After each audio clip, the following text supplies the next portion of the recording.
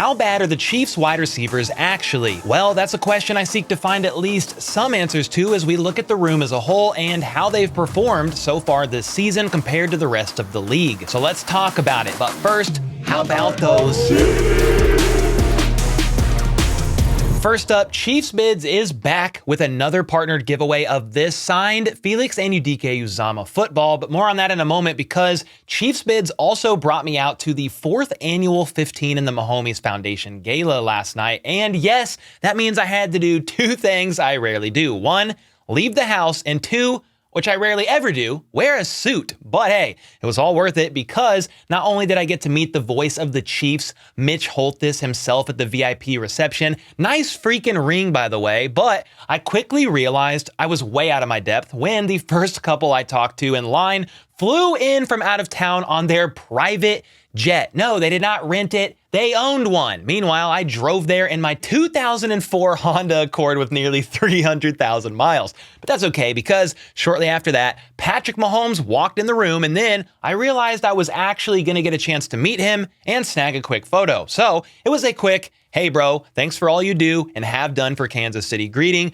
Then a quick photo indeed, but it was still awesome to meet the greatest QB in the game and is a memory I will forever have. After that, a couple people actually stopped me and asked if I was the how about those Chiefs guy. Great people, by the way. Then we went inside for the main event where money was raised, grants were awarded, and I won the bid of this Mahomes glass sculpture thing that's pretty lit. Literally. I also did see Travis Kelce, but wasn't really able to meet him. He was busy, though I did get a chance to chat with Mahomes' trainer, Bobby Stroop, after the event, and we talked about the state of the Chiefs wide receiver room, among other things. I also got to hold the pair of gloves that Brian Cook actually wore in Germany when he returned that Tyreek fumble for a touchdown. And those gloves will be available to bid on here in the near future, by the way. And finally, while I don't have any photos of this, I also ran into Patrick's mom, Randy, as I was about to leave and got to hear some pretty cool stories about Patrick growing up. All in all, it was a once-in-a-lifetime experience for a guy like me who has lived in the Kansas City area my entire life and cheered this team on since I was a wee little baby. And I can't thank Chiefs Bids enough for the opportunity to be there and experience that. And from here, the question I want to try and answer is, how bad is the Chiefs wide receiver room actually? And we are definitely going to do a deep dive to try and find the answer. But first, I got to let you know that Chiefs Bids is back with another sponsored giveaway of this official size Wilson football signed by defensive end Felix Anudike-Uzomah. I also love the fact he put HBTC on there as a nod to the community. And more on how you can win this in a moment, but in case you didn't know, Chiefs Bids is accessible through the official Chiefs app. Just click more, then bids, and you will then see all kinds of signed Chiefs memorabilia that's updated all the time to be auctioned off, featuring current players like this L'Jarius Sneed jersey or this Jerick McKinnon Super Bowl 57 helmet, former players like Lynn Dawson or Jamal Charles, game-used items like this signed Mahomes and Kelce game ball, and even mystery boxes that might include a golden ticket to even more signed pieces. So make sure to check out the app ASAP, and as far as how to win this signed HBTC FAU football, you'll need to head over to Chiefs Bids private Facebook group. Link is at the top of the description. Join the group, wait for approval if you haven't already, then comment HBT Chiefs on their featured giveaway post that you'll find pinned to the top of the group right here in the featured section. And I will be announcing the winner this Sunday, November 12th, using a random comment picker, and you will know if you win because I will reply to your comment on that post. So make sure to head over to Chiefs Bids private Facebook page as soon as you're done watching this video and comment HBT Chiefs on the featured post for your chance to win this signed HBTC FAU football. All right, let's get the obvious out of the way first, and that is Travis Kelce is one of one and helps out the receiving room in a huge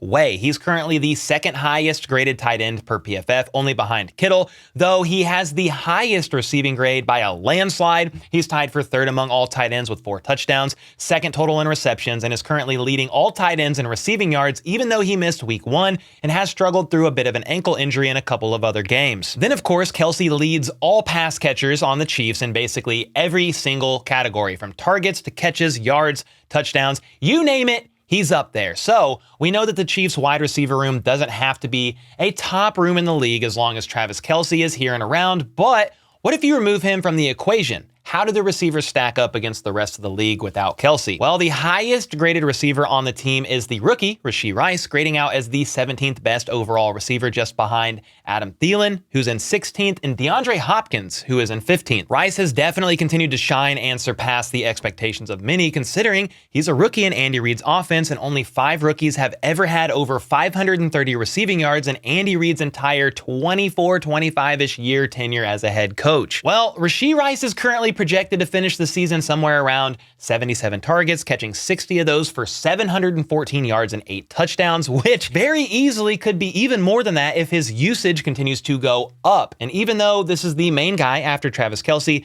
it's still confusing to me that Rashee Rice led the room with 41 snaps on offense against the Dolphins, but only had 2 targets, catching both for 17 yards and a touchdown. One thing I do like about the Dolphins game is that Skyy Moore's snap count was the lowest it's been all season. Prior to week 9, Skyy was averaging 40.4 snaps a game and under 2 receptions for 21 yards. Well, week 9 against the Dolphins, Skyy had just 15 snaps and caught 2 passes on 3 targets for 33 yards, which is much better in my opinion as far as production goes for how much he was actually out there on the field. Skyy has definitely underperformed this season based on expectations, grading out as the 85th best receiver in the league out of 101 who have been targeted at least 20% of 95 total. I talked more in depth about Skyy lately, but I will say I like the kid and I know he's trying, but things haven't panned out for him quite yet in year 2, as he has the 3rd most routes ran of any player behind just Kelce and Rashee Rice, but has just 200 yards so far this season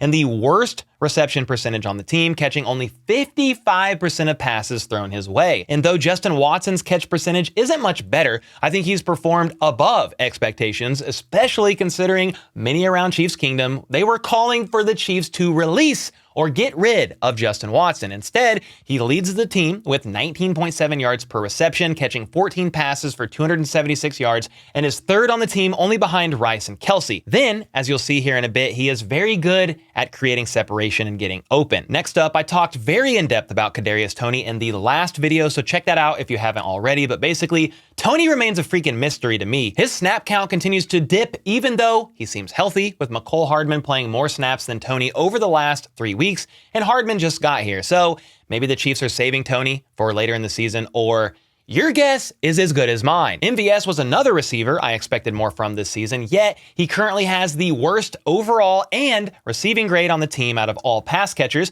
catching 14 passes on 23 targets for 250 yards and 1 touchdown. And you may look at that and think, well, that's not much. And you would be correct, because MVS is currently averaging just 1.5 catches a game for 27.7 yards, and that's quite a low amount of production for someone whose cap hit this year is $11 million.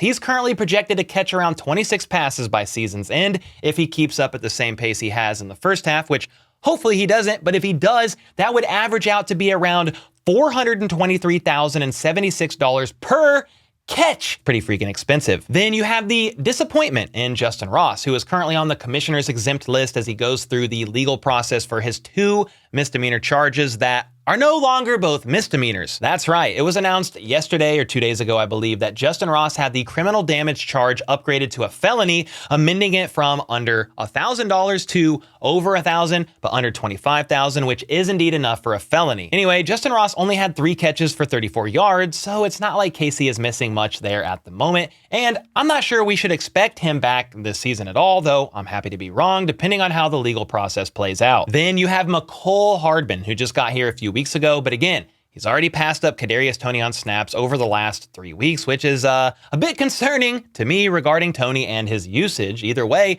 Mecole still had the 2nd lowest amount of wide receiver snaps on the team last week with only 13, and we will see how much his usage goes up as the season goes along. On top of all of that, Richie James is about to return from IR, and week 1, he had the 3rd most snaps on the team, only behind Skyy and MVS, though he played just 3 offensive snaps week 2, then has been out since on IR. But with him returning, I'll be curious to see how the Chiefs plan on using him, considering there already feels like way too many guys out on the field that aren't out there on a frequent enough basis to build rapport with Mahomes as it is. So okay, that sums up the majority of the room, but how are they doing actually, and why is Mahomes thrown for nearly 500 fewer yards and 8 fewer touchdowns this season compared to last through the first 9 weeks, even though the wide receiver room remained mostly intact aside from Juju Smith-Schuster leaving and the addition of Rashee Rice. Mecole is back, but you know how that goes. Anyway, Juju Smith-Schuster, I think he was a bit underrated in his ability to build an almost instantaneous rapport with Patrick Mahomes,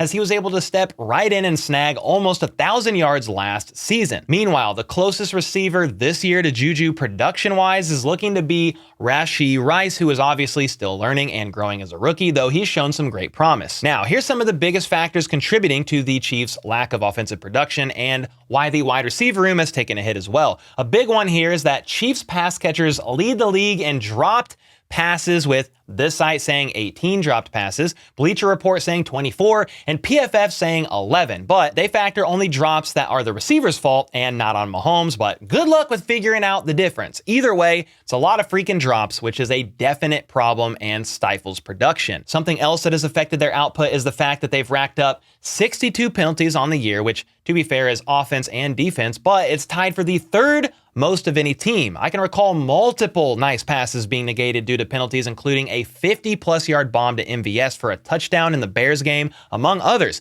Last year, the Chiefs had just 47 penalties through 9 games, which is 15 less than this year so far, and another factor affecting the Chiefs' offensive output. Then, Mahomes had just 7 turnovers last year by this time, yet already has 10 this year, and the offense as a whole has given the ball away 17 times, which includes both fumbles and interceptions through 9 weeks. And last season, they gave the ball away 23 times all season long. So the Chiefs lead the league in dropped passes, are averaging more penalties per game, more turnovers per game, and also struggle at creating separation. Don't believe me? Here you go. This chart here on wide receiver separation shows an order of least to most. Skyy Moore, not good. Rashee Rice, MVS, then Justin Watson is actually the guy that creates the most separation of anyone on the team and is one of the top in the league at doing so, believe it or not. However, the rest of the Chiefs receivers have struggled, with Skyy Moore closest to the bottom left. Again, that's not good at all. Then Rashee Rice is only a bit better at creating separation on average, but more than makes up for it with yards after the catch. MVS is a tad better than Rashee at creating separation, but again,